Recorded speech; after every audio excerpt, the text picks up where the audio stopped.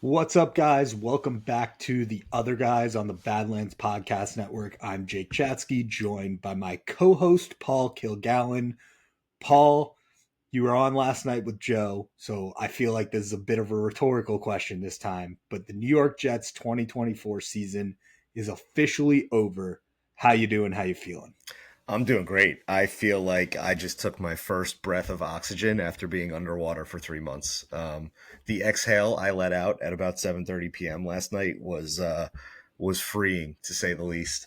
I did have the flu last week, and I'm pretty sure I cracked a rib coughing last night. So Oh, no. physically, I've been better, but I mean, God, I've never been so happy for an off season to arrive.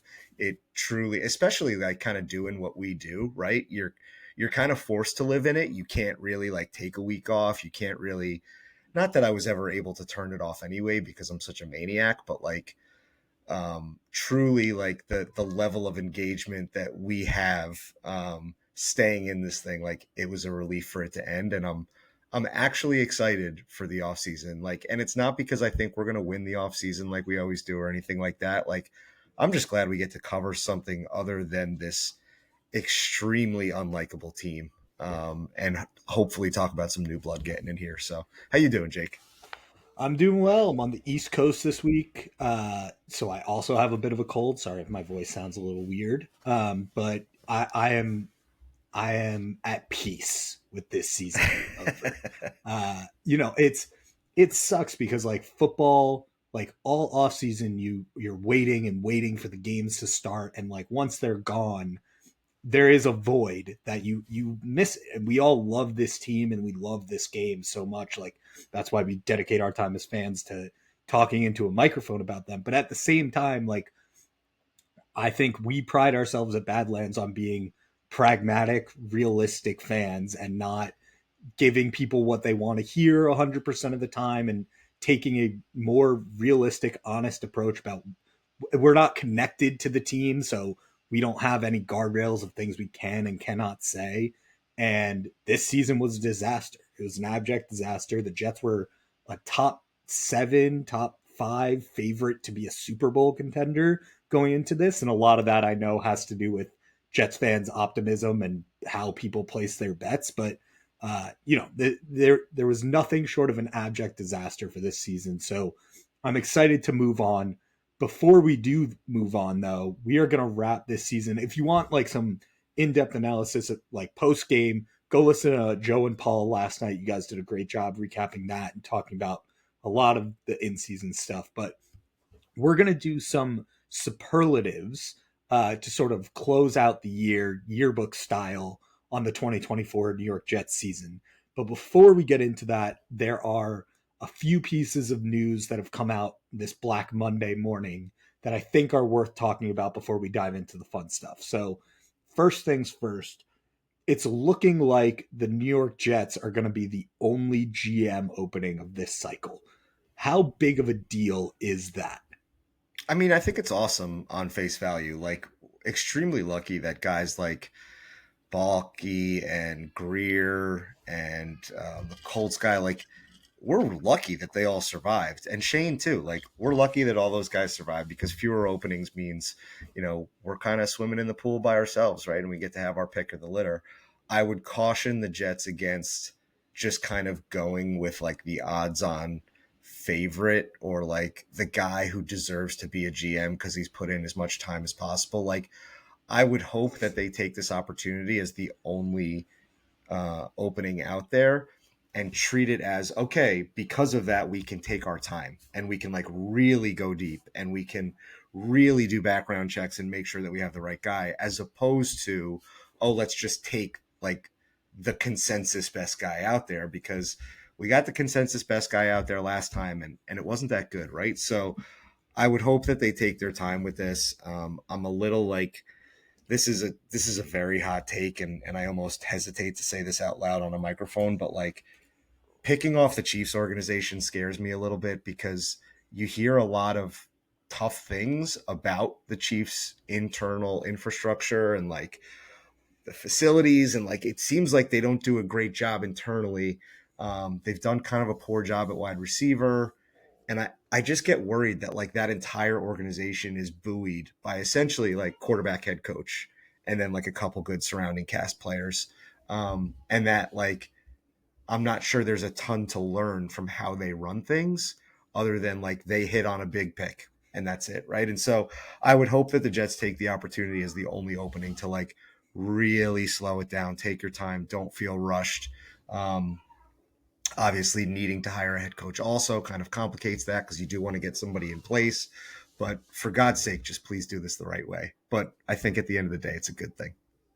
Yeah, and it's certainly not a bad thing that we're the only team looking for a GM. There's 32 of these jobs out there, and people want them.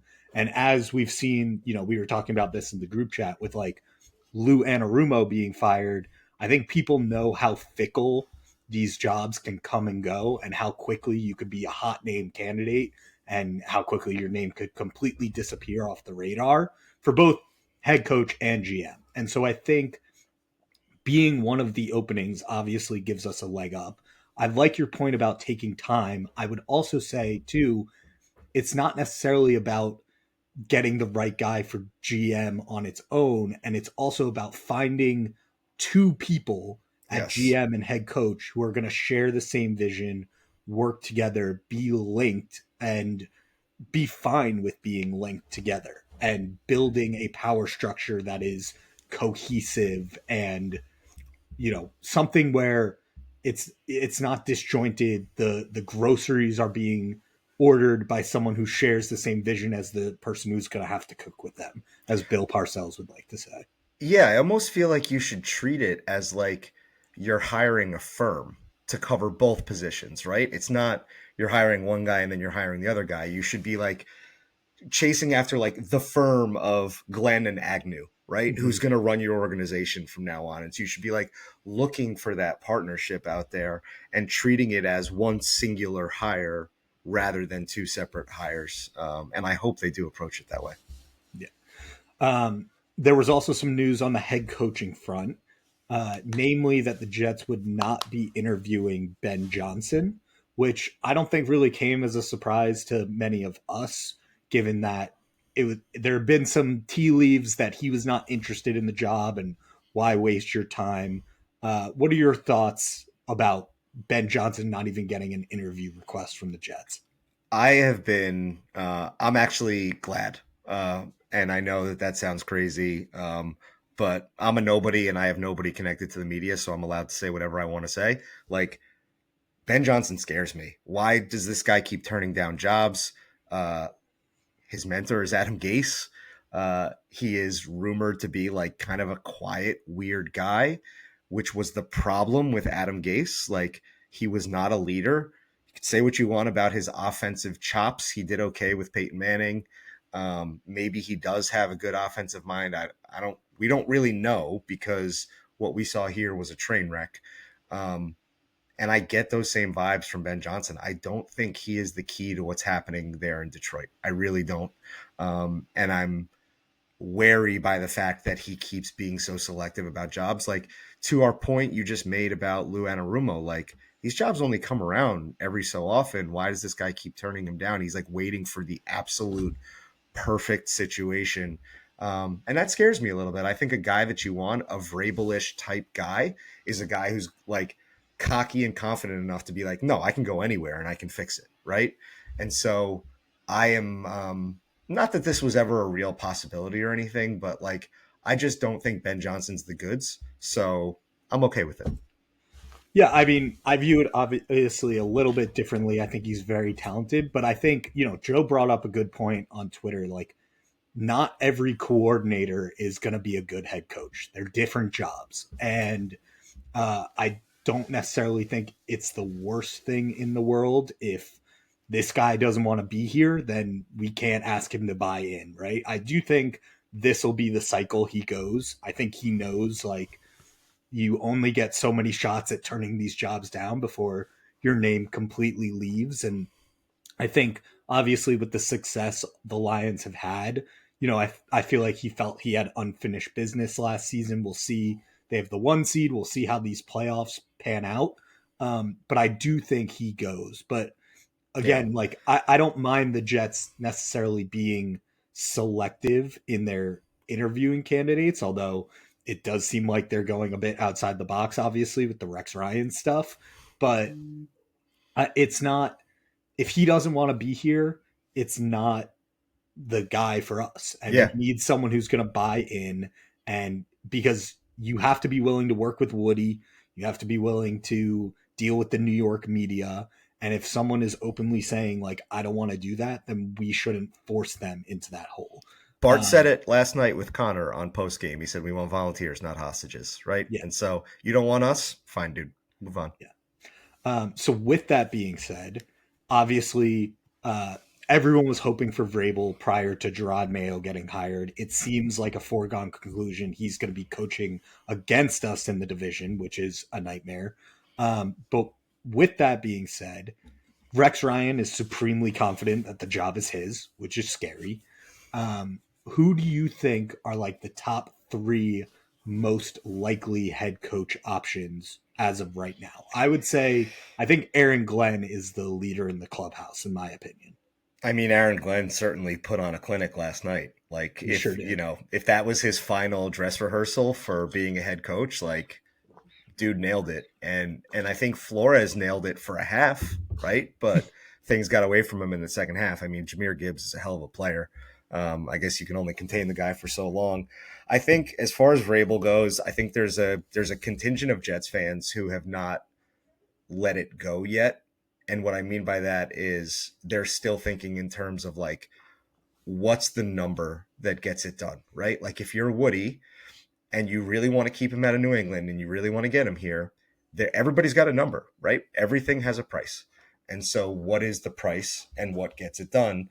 And is Woody willing to make that offer, right? And so I don't think that's high likelihood. I think there's an emotional connection, obviously, with Vrabel in New England, and that's where he wants to be. And so we could probably all move on from that. But until it's done, you're going to hear people still talking about like, hey, can you go over the top and do something crazy? I think honestly, I probably would have thought until that weird series of interviews this morning that Rex was more of a courtesy interview than anything else. But it sounds like he has information that he's a very real candidate. So I guess you have to put him there, right? And then I would put Glenn up there as well. I think at this point, I am probably firmly planting my flag as Team Aaron Glenn.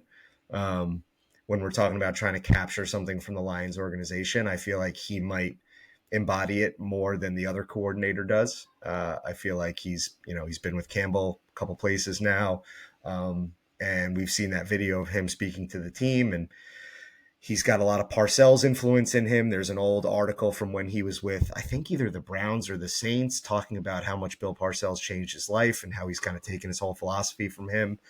Um, we talked about it on a podcast a few weeks ago here that he lived through the change in 1996, 97, 98 with the Jets here, where the organization completely got turned upside on its head and changed for the better. And so he's got past history of kind of living through that as a player and seeing how it's done as a coach. And so I think he's my top guy at this point. Flores, I wouldn't be unhappy about either. And then I think probably a distant fourth for me is Liam Cohen. Look, I get it. I get a lot of people are high on him as like a young whiz kid. Um, Buccaneers struggled a little bit in a pretty important game yesterday against the Saints. And I don't know.